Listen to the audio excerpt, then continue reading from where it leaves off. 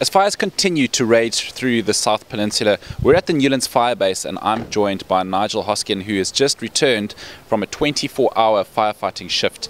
Nigel, how are you feeling? Just a little bit tired, but fine, and I'm safe. So just tired, but that's all. Which areas were you working in specifically, and were you guys able to contain the fire? Yes, we were able to contain the fire, and we were working on the right flank up until the one side of the mountain. It also started, then we had to move on to the left flank, but it was contained by us until a certain time that we had to leave the fire line again. Okay.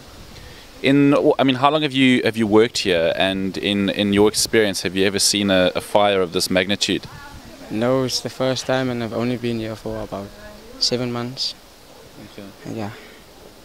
So how do you guys, when you guys fight the fire on the ground, obviously we know about this sort of aerial assault that you guys do with water bombs, etc. For you guys on the ground, what is your sort of technique, your strategy?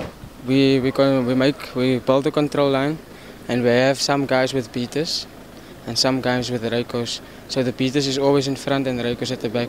So beaters just beats the fire, small flames kills the flames, what the Reikos follows, push the hot burning coals into the burnt area and out of the unburned area. That's all. And move along that line. Okay.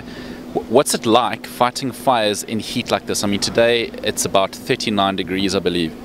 Wow. The fire's heat itself, it's already hot, and with the heat like this, we're about to need more water, need a lot of water, but it's difficult in this kind of heat.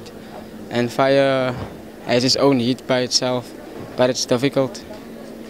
And the wind seems to have died down the last couple of days. Obviously that does help in terms of fighting the fires. Yep. It's not a couple of days, but it's a few hours, because if the wind increases, the fire moves faster, and if the fire moves faster, it spreads in different directions, and then we might have a big problem. And that's where this big problem came from, the wind speed.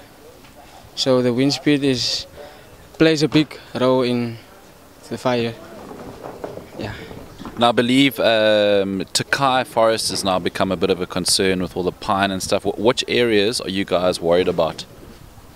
Mostly national parks area, and I think most Takai is national park, so especially on that it's more dry field there. So it's gonna spread more and more and more. It's gonna be bigger, then it's gonna come down, right down to the houses, and that's what we're afraid of. But do you guys think you have this under control? At the moment, yes. At the moment, for as far as I've seen, I think we do have it under control. Okay, and final question of what's it been like in terms of the assistance from volunteers and the general public? Wow, the general public helping us with food, all this, water, everything. It's nice, and without the volunteers, I don't know. I don't think WAF would have done it on their own without these volunteers, because they are helping us, and they're playing a big role in part of fighting this fire.